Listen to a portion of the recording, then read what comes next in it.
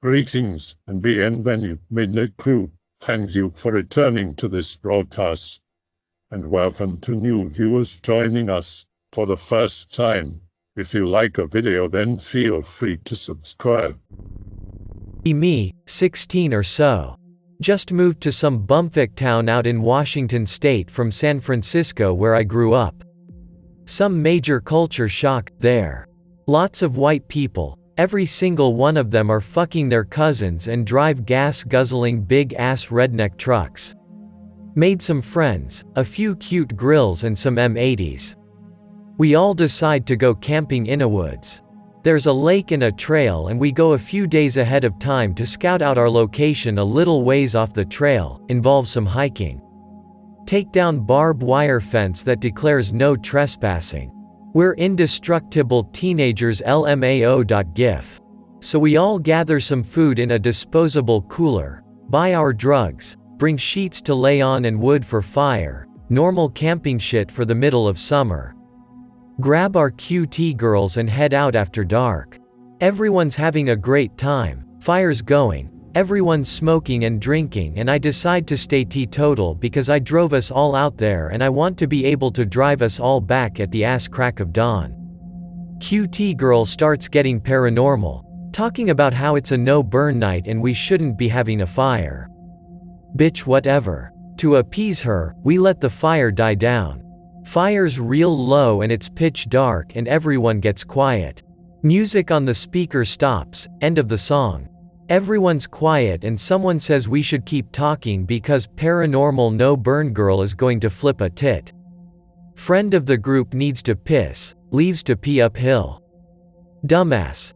Fast forward, friend hasn't come back. Maybe he needed toss shit LMAO. For 3 hours. I'm completely sober at this time, just a reminder. QT girl stops talking, she's staring off behind me. No-burn girl starts whispering about how she saw bushes move. Bitch, quit hitting that kush then. Swears to God she saw a thin dark thing standing on the rock behind me, just standing there. Another bloke was like, fuck that, we out of here. Bloke started packing up. Paranormal girl keeps staring behind me and I don't want to look behind me. We pack up most everything, leave sheets and just grab cooler of beer and leftover hot dogs. Para girl is crying by now, she swears she fucking saw something, and she just wants to get home. But where's friend? He never came back. Fuck it, we gone. We start hiking back to the trail. No one can see anything but we all came to the conclusion not to use flashlights. Afraid whatever was there could follow us because of the light. Let our eyes get adjusted and paranormal girl is sobbing and blowing her nose on my sleeve by now. We make it back to the trail and I stay behind to do a head count as every passes. Everyone's here but piss boy. Cut our losses, fuck him. Hear bushes rustle behind me. Nope. JPEG. Tell every drunkard in the fucking group to hurry their asses up, the car is in sight. I still will not look behind me, scared of what I'll see. Para girl is wailing but she stops long enough to point out a disgusting smell. Holy fuck, it smells like someone shit on a rotting corpse. If there was any corpses nearby we would have known. Me and the M80s scouted the place out before we even came. Some folks are close enough to the car, start loading up. I'm still on the trail. The trail is a sort of paved type of biking trail. I can make out the sound of bare feet behind me. Reminds me of when you get out of the pool and you kind of waddle to your towel across the concrete. Feet sounded wet. Shitting my pants, there is literally something behind me. Get to the car, pile all the kids in. -1, piss boy. Get in driver's seat, lock doors, turn on headlights. Can briefly make out a white blob of a thing. Long arms bended up towards its chest receding on the trail we just left. Holy motherfucking titty sucking two bald bitch, we could have died. Everyone is quiet, paranormal girl is sniffling. That thing looks almost human, hunched over, naked, but its limbs are too long. Automatically think about those goat men skinwalker things X talks about. As soon as I think of that, I flip a bitch and speed the fuck out of there with 6 fucked up underage kids in the back seat. We end up crashing at a girl's place closer to town, way the fuck away from that fucking spot. I didn't sleep at all, stayed up all night comparing my experience to other postas I read about Skinwalker on X. 2 days later, friend calls me up and asks if I heard from Piss Boy. Don't give a fuck really, he wasn't a friend. Friend says we should go check out the campsite. Sudden chills. Decide to go in the middle of the day. Hikers and bikers on the trail, we are safe in case we see anything or anything happens. Get to campsite, things are messy because we left in a rush. White sheet I brought is bunched up in the corner near our pile of wood. We didn't do that. Friend starts poking around, searching the area Piss Boy went to piss. I open up sheet. It's my fucking sheet boy. One corner of the sheet is covered in blood, kind of smeared like someone wiped their mouth or their hands or something. I am freaked the fuck out, drop sheet and shout at friend. I tell him I don't feel good and we have to leave. Walking on trail back, pass a few bikers, smell that awful smell. No fucking way. Mauve. We ran back to the car and I have never been back. I drive by that lake every day on the way to work, and I get chills. Piss Boy never came back to school, but someone told me he lived in the city a few miles away and graduated from a charter school because he just stopped coming to our school. The face when Piss Boy is probably a skinwalker now. I moved closer to the city. No fucking way I want to keep driving by that lake. Camping and exploring were pretty much my main 2 pastimes a few years back. Anyone who lives in the UK can tell you that decent places to camp are pretty few and far between unless you want to stay on some shitty campsite with families and chavs. So, we used to find out of the way places to do some illegal wild camping, even if it took us a bit of hiking to get to a good spot. Woods are pretty sparse too, of any decent size anyway, and what me and my friends were looking for was some decent-sized woods to get lost in and settle down for a few days where you couldn't hear cars or see lights from towns, etc. So, this is what happened when we drove about 5 hours to get to the biggest woodland in the UK, Galloway Forest Park, about 300 square miles of forest. It was me and my friends, Ryan, Callum and Chris. Drive up there in Ryan's shitty Astra because we were planning on leaving the car somewhere and hiking to get to a good spot, and Callum didn't want to leave his BMW on the side of a road in Scotland for best part of a week. We have a map with all the little roads and shit and have figured out that if we park up and walk into the woods for about 6 miles we have a good spot away from everything. Nearest road is the one we'll be leaving from, and the only thing near enough to see the light of any fire is a cycle path that won't be in use at night. Park up. Reverse the car into the trees a bit so it is harder to see and grab our shit from the boot. Ryan has an old gym shoe that we hang from a branch to help us locate the car when we walk back, and we tie up bits of red ribbon as we go to help us find the way back. Walk for about 6 miles and can't find a decent spot to set up. We push on for another half a mile and find the perfect spot next to a river. River is being generous, it's a little creek. We think it's one of the little feeders that eventually end up in one of the locks. Nice flat-ish open ground leading down to the creek, trees all around us, no sign of people. In the middle of a little depression with slight hills all around us. Perfect. We set up our bivvies and unpack our stuff. We all brought knives, we have a wire saw, and I brought a hatchet too since I'm the designated fireman when we camp. Ryan lugged his bow with him and keeps telling us he's going to kill a deer with it. Whatever mate, it's a 30 pounds practice bow he picked up for next to nothing from a market somewhere. Doesn't matter. Figure we'll use it for target practice just to pass the time since he brought about 20 arrows with it. There is plenty of wood around, so I dig out a pit and get a fire going, stacking some up so we don't have to get up again and it'll be dark in about an hour. Callum starts boiling water for Irish coffee. Didn't want to bring beer since the weight-drunk ratio is shite, but we all brought whiskey. have a little wind-up radio and we listen to some weird local radio while we sit and drink. Plan to get up early to see if the creek is any good for fishing a little bit further down so turn in. Wake up about 2 a.m. hearing noises outside the tent and can see a massive light. Figure someone got up and got the fire going out of boredom. Grab my torch and step outside to see no one around the fire, but all the wood has been dumped on the embers and the fire is raging. Wondering what the fuck is going on and hear something crashing through the trees behind me. Shine the light over there and see nothing but some branches swaying. Freaking out slightly, I walk backwards, not taking my eyes off the trees, and shake Chris's bivvy.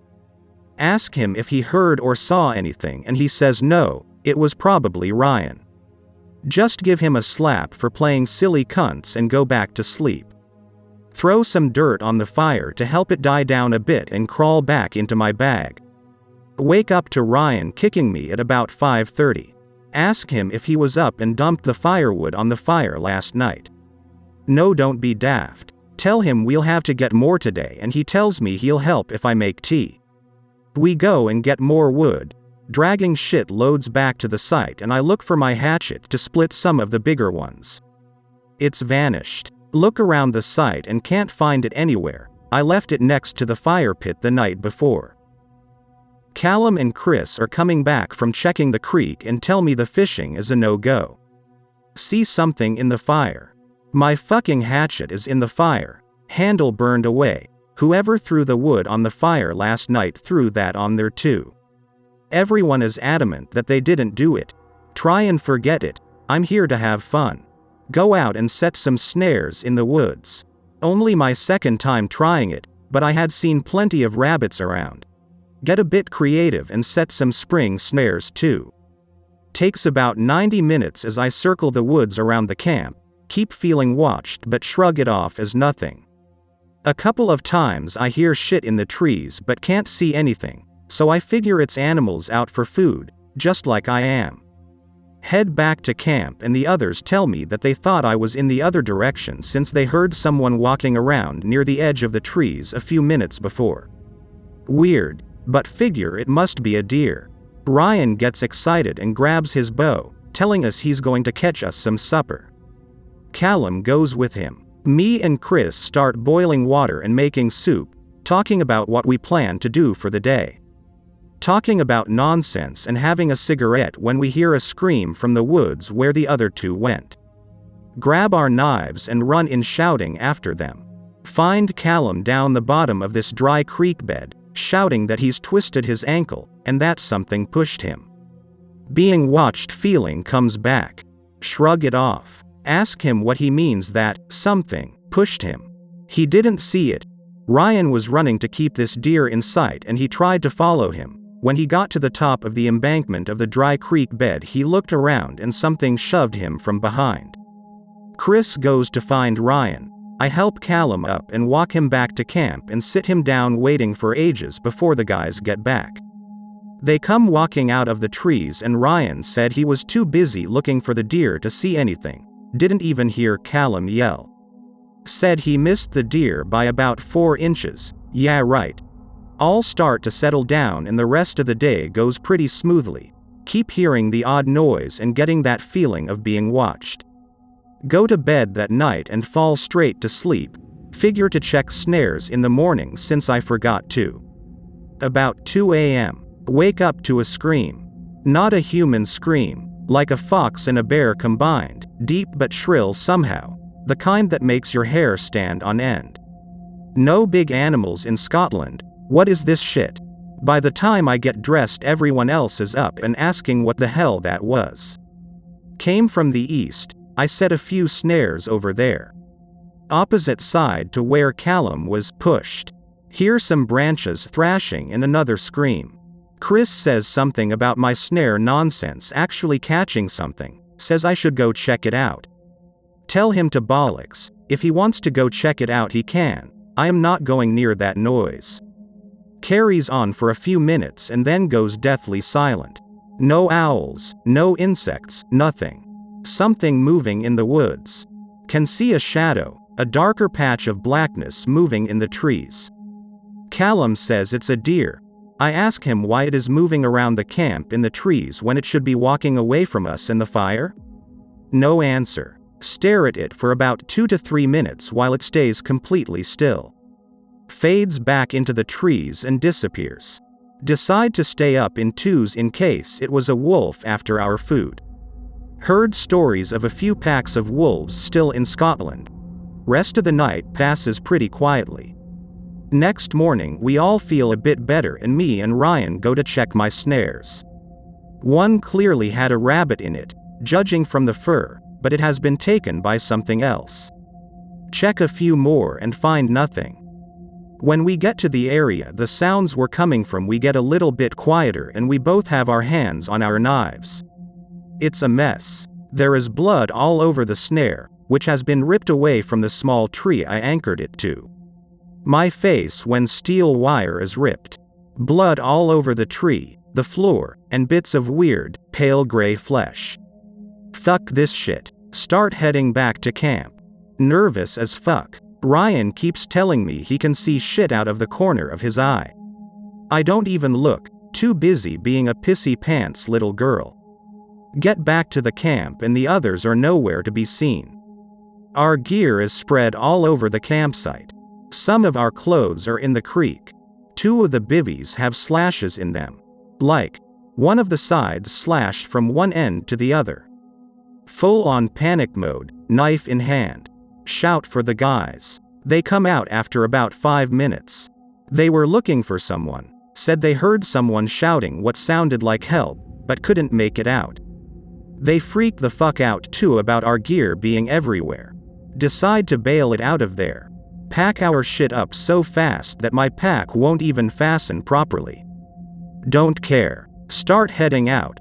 Ryan has his bow out and is scanning the trees like he's fucking Legolas or something. Get to the first ribbon marking the way back and Ryan shoots into the trees. Says he saw something following us, looked like a person, but weird gray and taller. Walking faster. Can't find the second ribbon. Figure we'll just head for stuff that looks familiar until we find the road and work from there. All panicking on the inside now. Chris points through the trees and we see our ribbon on a branch. Doesn't look familiar, but that's why we did it. We're not country boys after all. Follow the ribbon trail for what seems like far too long and still in the forest. I'm close to full on panic when Ryan points off in the distance and we see his old ass gym shoe tied to a branch. Elation lasts about 5 seconds before we notice how familiar the area is.